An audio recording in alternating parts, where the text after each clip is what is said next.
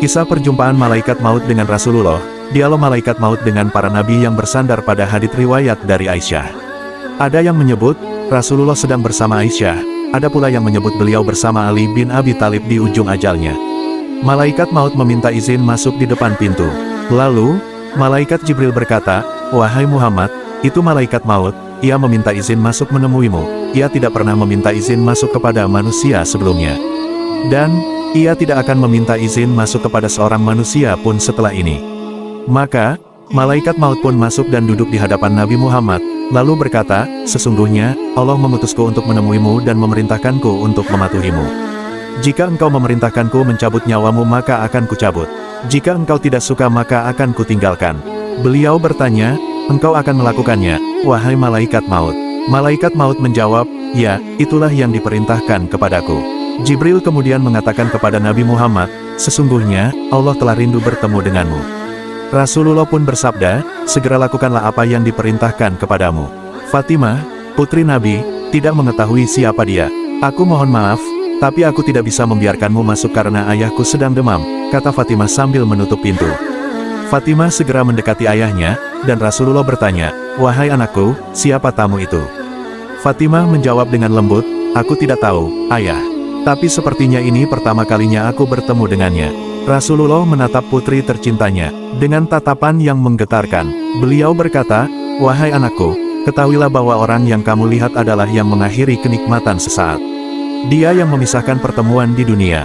Dia adalah malaikat maut." Mendengar itu, Fatimah tidak bisa menahan tangisnya.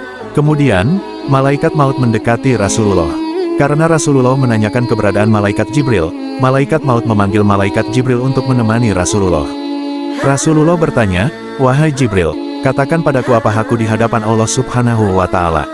Malaikat Jibril menjawab, "Wahai Rasulullah, pintu-pintu langit akan terbuka dan para malaikat sudah menantikanmu di sana." Meskipun mendengar kabar gembira dari malaikat Jibril, Rasulullah masih terlihat cemas. Melihat kecemasan Rasulullah, malaikat Jibril bertanya, "Mengapa engkau masih cemas seperti itu? Apakah engkau tidak bahagia mendengar kabar ini, ya Rasulullah?" Rasulullah kembali bertanya, "Beritahukanlah kepadaku, bagaimana nasib umatku kelak?" Malaikat Jibril menjawab, "Jangan khawatirkan nasib umatmu, ya Rasulullah. Aku mendengar Allah Subhanahu wa Ta'ala berfirman kepadaku, aku telah mengharamkan surga bagi selain umat Muhammad, hanya umatmu yang berhak memasukinya." Rasulullah merasa sedikit tenang. Tak terasa, saat-saat kepergian sang Rasul semakin dekat. Malaikat Israel terlihat sedang menjalankan tugasnya. Perlahan-lahan, ruh Nabi Muhammad diambil. Tubuh Rasulullah basah karena keringat. Urat-uratnya tampak tegang. Sambil merasakan rasa sakit, Rasulullah berkata, "Wahai Jibril, betapa sakitnya sakaratul maut ini." Melihat Rasulullah dalam kesakitan, malaikat Jibril hanya bisa memalingkan wajahnya. Ia tidak tega melihat Rasulullah dalam penderitaan seperti itu. "Wahai malaikat Jibril, apakah engkau merasa jijik melihatku sehingga kau memalingkan wajahmu?"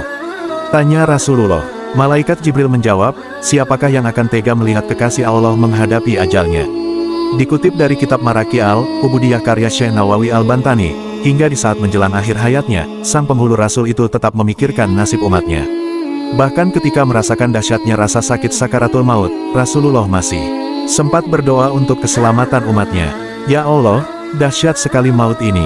Timpakan saja semua siksa maut ini kepadaku. Jangan timpakan kepada umatku," doa Nabi Muhammad.